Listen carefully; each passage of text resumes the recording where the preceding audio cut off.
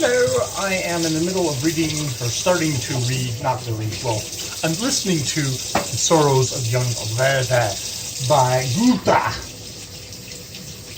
Johann something von Wrthr, or something like that, I can't remember. I guess I'll have to actually figure that out before I actually beam stuff onto the internet. Anyways, I'm listening to it, so I just wanted to kind of just record, this is what I think of it, that kind of stuff. I should get out of the way first, the first kind of thing, which is like, rich guy, slumming in the countryside, slumming with the poor people, and also him just being, just sort of casual condescending to the female characters in the book. Looks like a dude who has kind of come to the country because he's lost a loved one. It's interesting, it's very much so far, there's these kind of long, lyrical, measured, classical, measured, kind of reasoned sections, which are like kind of about nature and about philosophical thing. But there's also these switching into these parts where it's like it's obviously it's kind of boiling emotions and extremes, and him trying to deal with his sorrows and also his passions, because of course he's out in the countryside recovering from one loss, and he falls in love with Charlotta, who apparently is already promised to another man, so we're getting into doomed romance there. And we've had this scene at a dance where they do hook up, and literally in the middle of the dance there's a storm, and the women are screaming and crying and clutching themselves together, and apparently the men are taking advantage of the situation. Some of them are taking advantage of the situation to get kisses and stuff like that. And he talks about how basically the intensity of the situation sort of bonds them more together. And they actually have a good thing of Charlotta, because I talk about being kind of condescending towards her, but there's a scene where she gets together. She says, okay, well, let's go to this room and let's play this counting game. And it's a weird counting game where you have to count, and if you interrupt, you get your ears boxed. And apparently it's fun, and it relaxes everybody, and they forget their fears. Of course, we don't talk about male fears. We only talk about females being afraid, and how we're going to help the poor females out with it. But I'm crunching down below is our doodle there.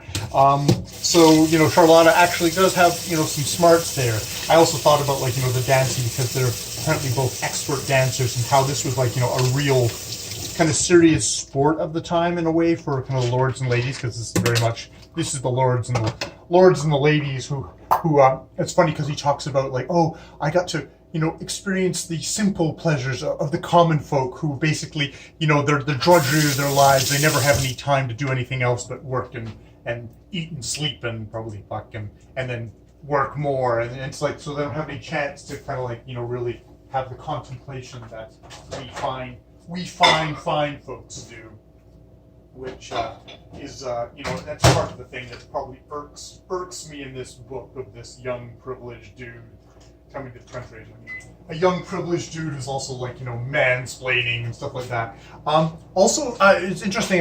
There's another scene where he just randomly kind of grabs the kid and kisses her, because he's in that kind of a mood, and the kid is he's got a beard, and just freaks the hell out of him. And Charlotta, it's just a very brief thing, says yeah, you shouldn't have done that, and helps the kid.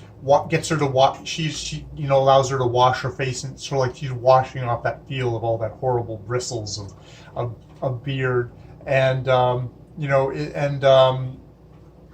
that young Wrthr does talk about how said people would he tells a friend he allowed how this helped the child, it was like a baptism or a kind of a cleansing. And the friend was we shouldn't, encourage illusions in the young. We should always, make sure it's reasoned and stuff like that. And Wrthr's well, yeah, you just got baptized last week, so do you see the contradiction there at all, dude? And there's a kind of the ending of that section of talking about how that. It's that child is like us, of people are much happier under the happy illusion are much more happy under illusion.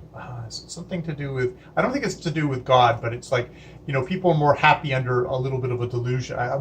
A beneficial myth or a delusion is actually a good way of living life, and that was his strong compulsion. Now, I know, spoiler alert for the end of this, things don't end well for Wrthr, that he ends up committing suicide, I think, because of things not going well with Lana. I don't know the full story. I just know that vaguely off the thing, and that this book caused suicide. Oh, at the time, because this is like one of the first bestsellers, and it was a rage, and it's like, oh, tapping into passions, which is funny because it seems like a very measured book with like little intense bits, and you wonder if.